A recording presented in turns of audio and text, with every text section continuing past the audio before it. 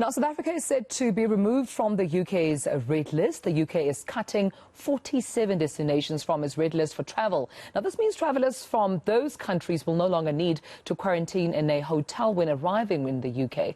And this move, of course, is expected to bring a huge positive, response from the tourism sector. So let's have this conversation now with Southern Africa Tourism Services Association's David Frost, who joins us this morning. David, good to have you, and thank you so much for your time. Surely a relief here from the Southern African side. The tourism industry, previously battered by COVID-19, bringing this, of course, announcement to a huge relief.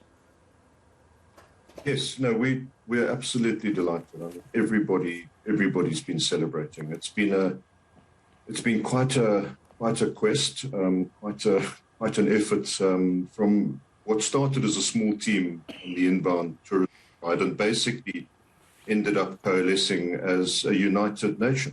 South Africans all came together to say that this was quite clearly, palpably absurd. The science didn't justify it. And, it's just, it's with a huge sense of relief that we wake up this morning and look forward to doing what we can to recoup what is our high season. Right. So is this announcement effective? Is it immediate? What can travellers expect, especially for those probably planning their next trip to the UK?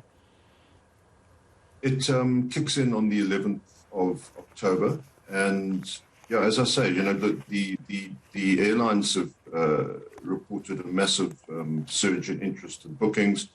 Our operators that deal directly with the UK and directly with consumers are reporting just huge pent-up demand that's going to come through. But it's not, we're not going to go back to exactly the same, levels of pre-COVID. But we're certainly hoping that we can salvage something out of the summer, and in doing so, just show people that we, as we've said, one of the probably preeminent destinations around the globe that you can travel.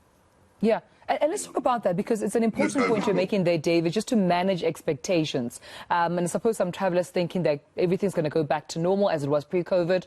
What should travellers expect, especially, travelling in between UK and South Africa?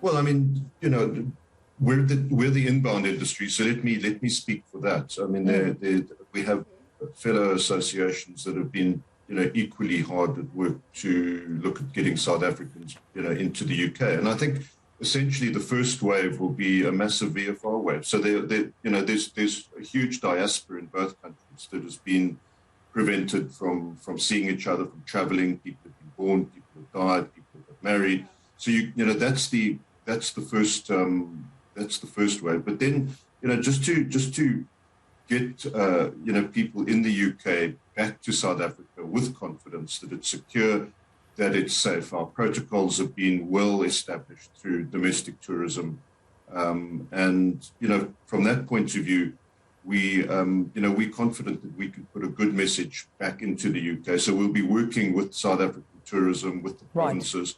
There will be some really innovative campaigns that talk about our king being king of the big five, the lion, reuniting with their queen. So I think there's a lot of good stuff that can come out of this.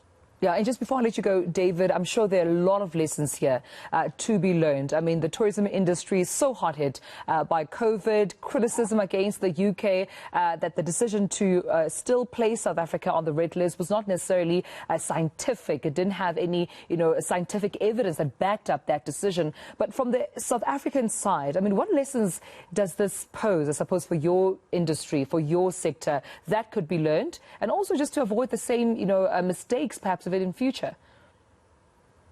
Well, look, let me say that, as I say, at the end, it was an amazing coalescence and leading roles played by business leadership in this country, who helped us and really galvanized support. Minister Pandor, Minister Sisulu, and then our president going into bat and dealing directly with the UK Prime Minister was the way this whole thing ended up being resolved. I think the lesson is that it shouldn't have taken as long as it did, because I think it cost us 6.2 billion rand. So the big lesson is, and it's a mantra that we keep on beating, is we need a proper structured engagement with our government partners. Because if we have that, we would all be on the same side 5 months ago, and I think we could have alleviated this a lot sooner.